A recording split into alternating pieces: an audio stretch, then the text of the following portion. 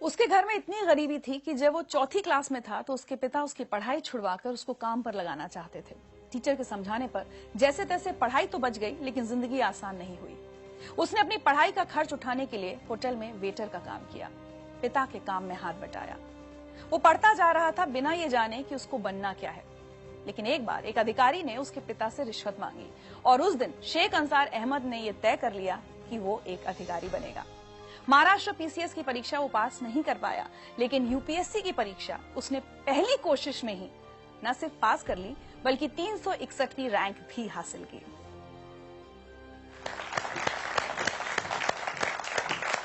Sheikh Ansar, welcome to जिंदगी live. Ansar, बहुत बहुत बहुत स्वागत है आपका जिंदगी लाइव में। मुझे बहुत अच्छा लग रहा है इतने यंग ऑफिसर को अपने सामने देखकर। चाहूंगी कि आप सबको बताएं कि किस उम्र में आपने यूपीएससी की परीक्षा क्लियर की है। मैं 21 साल का था तब मेरा रिजल्ट आया था। 21 साल की उम्र में मैंने एग्जाम क्लियर की थी। And you been one of the youngest? जी। वाह।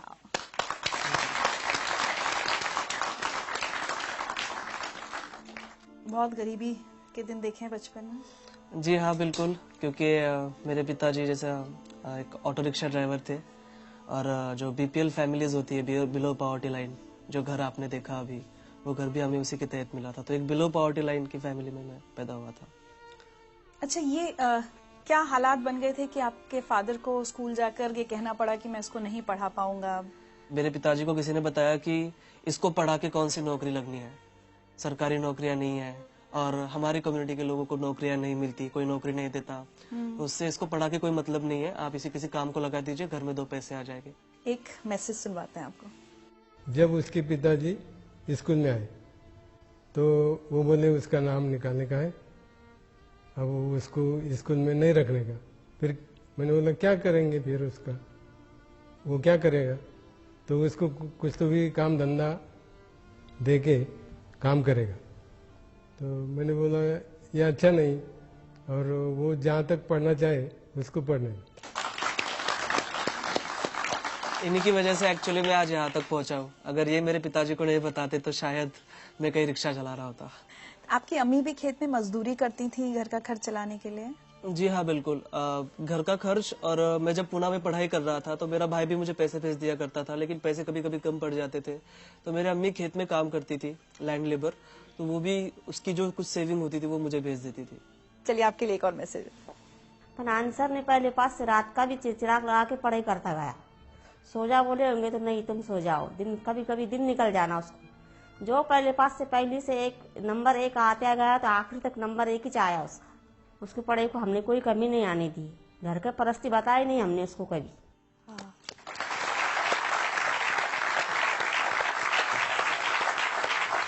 और उस दौरान भी परिवार की स्थिति तो बदली नहीं थी, दिक्कतें थी। उस समय भी आपको बहुत काम वाम करना पड़ा अपनी किताबों का खर्च उठाने के लिए।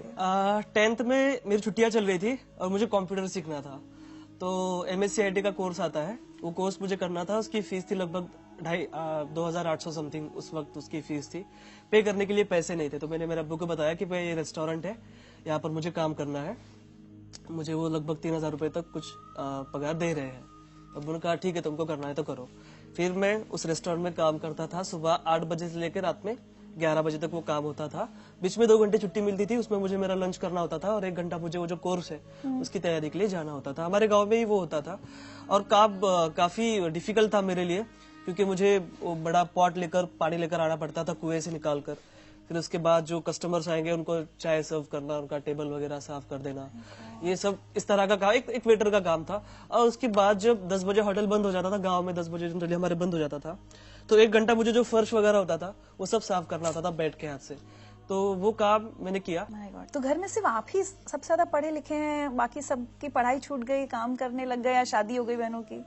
जी, घर में नहीं, पूरी जनरेशन का मैं फर्स्ट ग्रेजुएट हूँ। हमारे पूरी जनरेशन में कोई पढ़ा नहीं है, तो घर का मैं अकेला ही सबसे ज्यादा पढ़ा लिखा हूँ। और बाकी के जो बहनों की शादी हो गई थी जल्दी, और भाई जब 5th स्टैंडर्ड में था तब से वो मेरे मामा के पास काम करता था। एक मैसेज और सुने। जी, मुझे स्कूल में जाना पसंद नहीं था, यानी मुझे इंटरेस्ट नहीं था उसमें पढ़ने के लिए, पढ़ाई के लिए। और मैं एक बार 6वीं में ही फेल हो गया था। तो जब से मैंने स्कूल छोड़ी और मैंने दिल में ठान लिया कि मैं तो इतना होशियार नहीं हूँ, लेकिन मेरा भाई मुझसे भी ज्यादा होशियार है, इसलिए मैंने स्कूल छोड़ के अपने मामा की तरफ काम के लिए गया। लेकिन इतना मुझे गर्व है कि मेरा भाई मेरे वजह से कुछ ना कुछ आज बन गया। मेरे सक्सेस का बहुत बड़ा क्रेडिट जो है मेरे माता पिता के बाद मेरे भाई को जाता है, क्योंकि देखिए अक्सर ये होता है कि बड़ा भाई छोटे भाई की पढ़ाई के लिए पैसे खर्च करता है, लेकिन यहाँ उल्टा था। छोटा भाई रात दिन मेहनत करके बड़े भाई को पैसे दे रहा था। ये आपसे छोटे हैं? जी। और मैंने 10वीं की छुट्टियों में काम किया, 12वीं की छुट्टियों में काम किया, कॉलेज के फर्स्ट ईयर की छुट्टियों में काम किया, लेकिन लास्ट के 2 साल जो बहुत अहम थे मेरे प्रिपरेशन के, उस वक्त मैंने कहीं कोई जॉब नहीं की। मुझे जो सारे पैसे थे मेरा भाई पूरी डेट के ऊपर मुझे ट्रांसफर कर देता था बैंक में, तो बहुत बड़ी बात थी मेरे लिए। अच्छा, एक बात बताइए, कभी आपने अपने अब्बू से शिकायत की कि अब्बू अगर 4th में तब वो नहीं आप मेरे टीचर की बात मानते, अगर मेरी पढ़ाई छूट जाती तो आज मैं IAS ऑफिसर नहीं होता? मैंने कभी मेरे अब्बू से कोई शिकायत नहीं की है। कोई गरीब नहीं चाहता कि उसका बेटा कभी ना पढ़े, कहीं मोल मजदूरी करे चाइल्ड लेबर के तौर पर, कोई बाप नहीं चाहता, लेकिन वो मजबूरियां थी उनकी। सो मैं बहुत रिस्पेक्ट करता हूँ मेरे पेरेंट्स की। आज तो वो बहुत फख्र महसूस करते होंगे आपके ऊपर। जी जी जी। एक मैसेज और आया आपके लिए। 12वीं में उसको 100 पाव के 100 मार्क मिले, आर्ट्स में वो भी, तो मास्टर लोग मुझे वहां बुलाए, बाहर वाले कॉलेज में मेरा सत्कार रखे, मेरा स्वागत करे, मेरे को बुलाए। फिर मेरे बहुत छाती ऐसी धड़कने को लगी कि मैं बोला आप कुछ तो भी मेरा बच्चा बनने के काम का हो गया, कुछ तो भी है मेरे में ताकत। वो हिसाब से फिर मैं करते गया। फिर बाद में बोला अपने को जो घर भी बेचना पड़ा और दुकान भी बेचना पड़ी और गाड़ी भी बेचना पड़ी तो भी बेच डालेंगे, अपन अपने बच्चों को पढ़ाएंगे। उन्होंने मुझे पूछे कि आपका बच्चा क्या बना, तो मैं बोला सर मुझे वो भी नहीं मालूम, मेरे को इतना मालूम है कि मेरा बच्चा कोई ऑफिसर बनने वाला है। ये बताइए, अब ये सब हालात हो गए, उसके बाद ग्रेजुएशन, और दिमाग में ये कब आया कि मुझे UPSC, मतलब गांव में जैसे आप पले बढ़े, आपको पता भी नहीं होगा कि UPSC की परीक्षा भी कुछ होती है, तो ये सफर तक कैसे पहुंचे? हमको एक घरकुल योजना मिली थी BPL फैमिली के तहत, तो मेरे पिताजी तहसील ऑफिस में उसका चेक लाने के लिए गए थे। वहाँ के ऑफिसर ने कहा कि देखो अगर आप मुझे 10% देते हो, 30,000 हमको तब मिल रहे थे, 10% अगर आप देते हो इसका 3,000 रुपए, तो मैं आपको अभी चेक आपका सैंक्शन करा दूंगा फास्ट इमीडिएटली। ऐसे हालात में 3,000 रुपए की रिश्वत उन्होंने उस ऑफिसर को दे दी। तब उस वक्त मुझे रियलाइज हुआ कि करप्शन के सबसे बड़े शिकार हम जैसे गरीब लोग होते हैं। फिर 10th की छुट्टियों में हमारे एक क्लास टीचर थे मापारी सर, वो ब्लॉक एजुकेशन ऑफिसर बने, महाराष्ट्र पब्लिक सर्विस कमीशन के MPSC के जो स्टेट का एग्जाम होता है वो क्लियर करके ऑफिसर बन गए। उनका मैंने पेपर में नाम पढ़ा, फिर उनको मैं जाकर मिला, मैंने कहा सर आप ऑफिसर बन गए और मुझे भी ऑफिसर बनना है, कैसे बनते मुझे प्लीज बताइए। फिर उन्होंने मुझे MPSC के बारे में बताया। फिर मैं जब कॉलेज में गया 10वीं पास करके, वहां पर हमारे एक टीचर थे जो वो भी तैयारी कर रहे थे UPSC की, मैंने उनसे MPSC के बारे में पूछा और फ्लो में उन्होंने मुझे UPSC के बारे में बता दिया कि ये भी बड़ा, उससे बड़ा एग्जाम होता है, इसमें से IAS बन सकते हो, कलेक्टर बन सकते हो। सपने देखने के लिए कौन से पैसे देने, और मेरे पास हारने के लिए कुछ था ही नहीं, तो मैंने कहा चलो बड़ा गैम्बल खेलते हैं, मैं अब UPSC की तैयारी करूंगा। अंसर, कभी जब तैयारी कर रहे थे UPSC की, उस दौरान भी तो ये फेज आया होगा कभी कि ये प्रेशर बने कि अब छोड़ो, इसमें तो पता नहीं होगा या नहीं होगा, कोई छोटी मोटी नौकरी कर लेते हैं, कम से कम अब्बू अम्मी का हाथ बटाएं, ये प्रेशर था आपके ऊपर? जी बिल्कुल था। बहुत बार ऐसा लगता था कि कंपटीशन देखे 5-5.5 लाख बच्चे एग्जाम देते हैं, तैयारी करने वाले तो उससे भी ज्यादा है, लेकिन बाद में खुद से मैं पूछता था कि ठीक है मैं ये नहीं करूंगा तो क्या करूंगा, छोटी मोटी कहीं नौकरी कर लूंगा, उसमें मैं सेटिस्फाइड नहीं रह पाऊंगा, मुझे बड़ा करना है कुछ तो। और मैं पढ़ाई भी नहीं छोड़ सकता था, क्योंकि देखिए मेरे सामने 2 ही ऑप्शन थे, डू और डाई, इसमें मुझे करना ही था। और वही रीजन है कि मैं इतनी फर्स्ट अटेम्प्ट में 21वीं साल की उम्र में ये क्लियर किया, क्योंकि मेरे पास दूसरा कोई ऑप्शन नहीं था। एक मैसेज और है आपके लिए। जब UPSC मेंस का रिजल्ट लगा उस दिन मैंने तुझे कॉल किया था और मैंने तुझे सबसे पहले बताया कि तू पास हो गया है। उस शाम हम मिले भी थे, तू बहुत खुश और इमोशनल था, मैं भी वो खुशी जाहिर कर रहा था, पर उस इतने बड़े दिन भी तेरे पास खाने के लिए पैसे नहीं थे। हम दोनों ने हमारे घर पे ही खाना खाया था।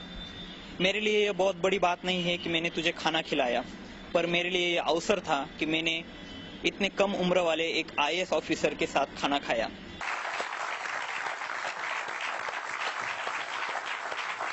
19 फरवरी के दिन मैं लाइब्रेरी में बैठा पढ़ाई कर रहा था और मुझे इसका फोन आया।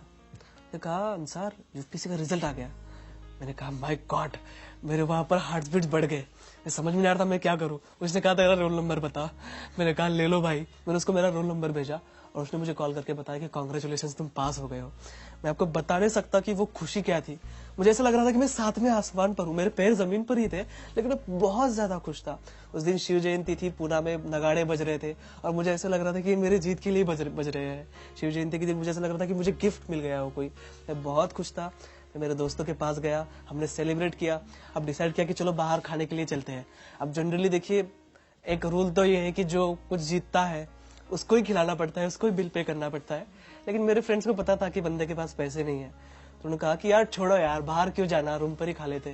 तो हमने उसके रूम पर ही खाना खाया था।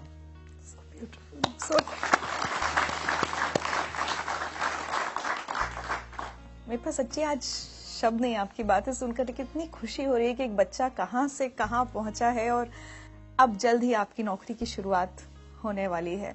आपको लगता है अंसार, आप जहां से आए हैं, आपका जो बैकग्राउंड है, क्या वो आपको एक अलग ऑफिसर बनाएंगी? मैं ये सोचता हूँ कि मेरे लाइफ में मैंने जो फेस किया है वो किसी और को फेस ना करना पड़े।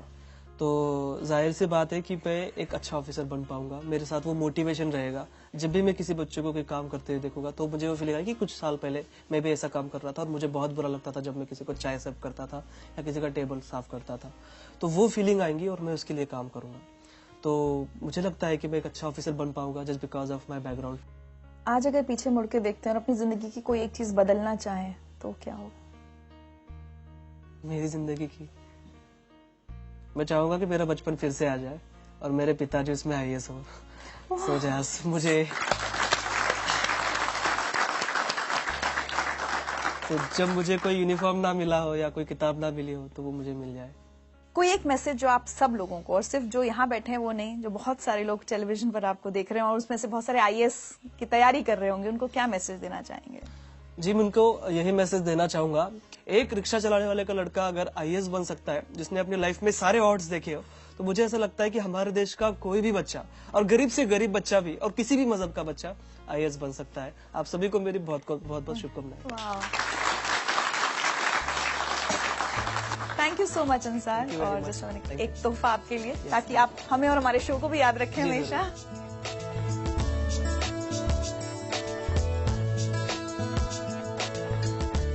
Oh my God.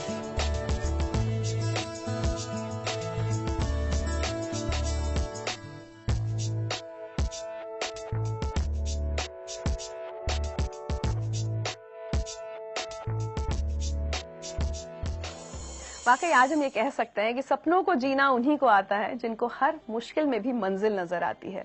आज के हमारे इन सभी मेहमानों ने जो ख्वाब खुद के लिए बुने थे, उसे हासिल करना आसान नहीं था।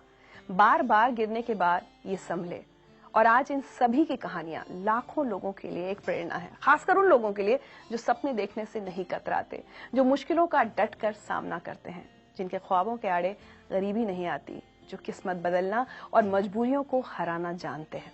और हाँ, अगर आप इन जैसे किसी होनहार बच्चे को जानते हैं ना, तो उसकी मदद जरूर कीजिएगा, उसका सपना पूरा करने में भागीदार जरूर बनिएगा, अच्छा लगेगा।